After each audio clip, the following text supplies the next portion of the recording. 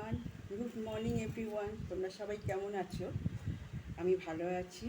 তা আজ আমি তো এখন একটু ঘরের মধ্যেই বেশি একটু গুড মর্নিংটা জানাবো, কেন আমার রোদ্দুরে ভালো লাগছে না গো বাইরে যেতে।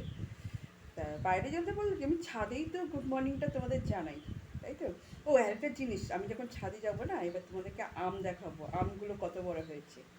তবে না, বৃষ্টিটা ঠিকমতো হচ্ছে না। বৃষ্টিটা যদি একটু ঠিকমতো হয় না, তা আমের গোড়াগুলো শক্ত হবে, তাহলে হাওয়া হলে না পড়বে না। অনেক আম পড়ে যাচ্ছে, মানে ঠিকমতো বৃষ্টি বৃষ্টি হচ্ছে না।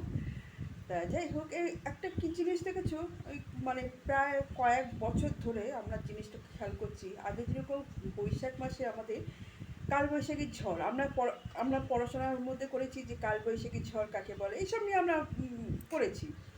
তা যাই হোক, তা সেটাই বলছি যে এখন সেই বৈশাখ মাসে সেই কালবৈশাখী ঝড়টা আর নেই।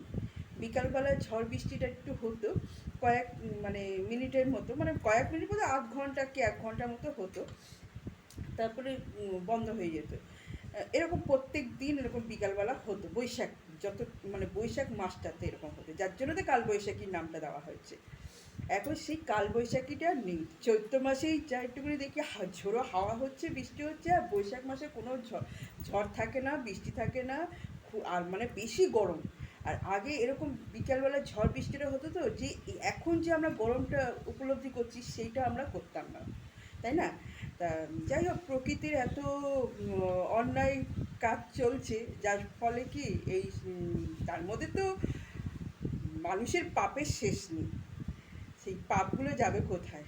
তো ভগবান তো আর নিতে পারছে না, না? তাই চারিদিক থেকেই আমাদের শাস্তি দিচ্ছে। তা সেই শাস্তিটা আমাদের গ্রহণ করতে হবে। বুঝেছো তো? আর কি করা যাবে? এইভাবে